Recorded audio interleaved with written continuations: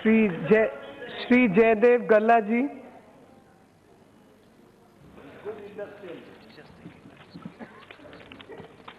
Thank you, ma'am. Madam, I rise to support this bill, which proposed to give NID Andhra Pradesh the tag of an institute of national importance, along with 4 other NIDs in the country.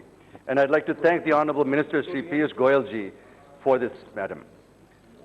As is mentioned in the bill, the NID at Amaravati, a region which I represent in this House, has already been established in 2015 and started its academic session from Nagarjuna University in a temporary campus. A 50-acre plot has been given to the ministry for constructing the required infrastructure, hostels, and other facilities. But the point is, it was promised that academic blocks, hostels, and staff quarters would be completed by June of this year. Now we're at the fag end of the year, but the required infrastructure is still at a nascent stage. This is resulting in a lot of inconvenience to students, as they are not able to take up the planned activities. My next point is that if you look at clause number 1 in the bill, which deals with the short title and commencement, it clearly says that this act will come into force on such date as the central government may by notification of the official gazette appoint, and different dates may be appointed for different provisions of this act. Madam, I'm not able to understand exactly what this means. Does it mean that whatever degrees and diplomas are issued by NID Amaravati are valid only after gazette notification under this act is issued? Is a big question, madam. Because NID started its academic classes in 2015 in Amaravati. And if I'm correct, the 5th batch has joined. This means that at least 1 batch has passed out with degrees and diplomas. The question I would like to ask the Honorable Minister is, what is the fate of these students who were issued these degrees and diplomas? How are the degrees and diplomas valid when you're giving legal backing to NID Amaravati prospectively, and it is clearly indicated in clause 1 of this bill? I would like the Honorable Minister to clarify as to what will happen to the degrees and diplomas issued by NID Amaravati so far. Madam, if you look at explanations to clause number 7 of the bill, there is some confusion. The first explanation says that this act is deemed to have come into force as far as NID Ahmedabad is concerned from September 2014. But when it comes to NID AP and the other NIDs, the explanation too says that the commencement of this act will come into force as and when the provisions of NID come into force.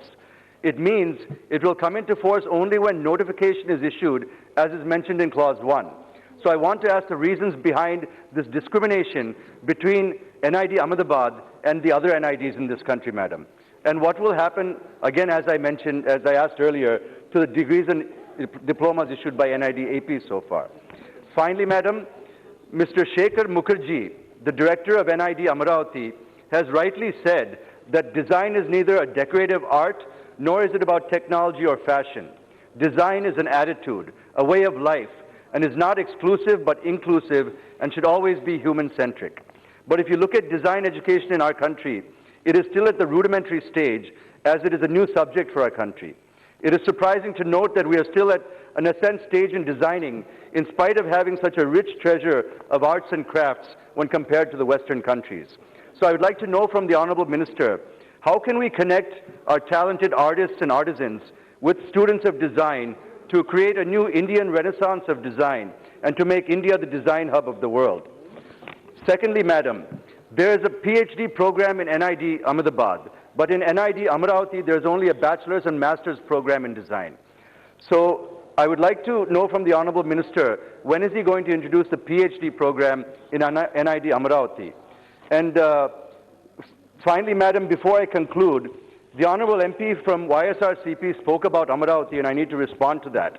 I would like to thank, first of all, I'd like to thank Sri Amit Shah ji and Sri Kishan Reddy ji for responding to my 0-hour submission last week, where I pointed out that the capital of AP, Amaravati, has been left out of the political map.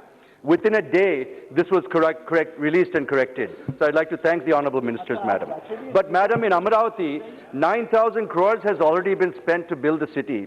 Another 50,000 crores worth of projects have been stranded at different stages.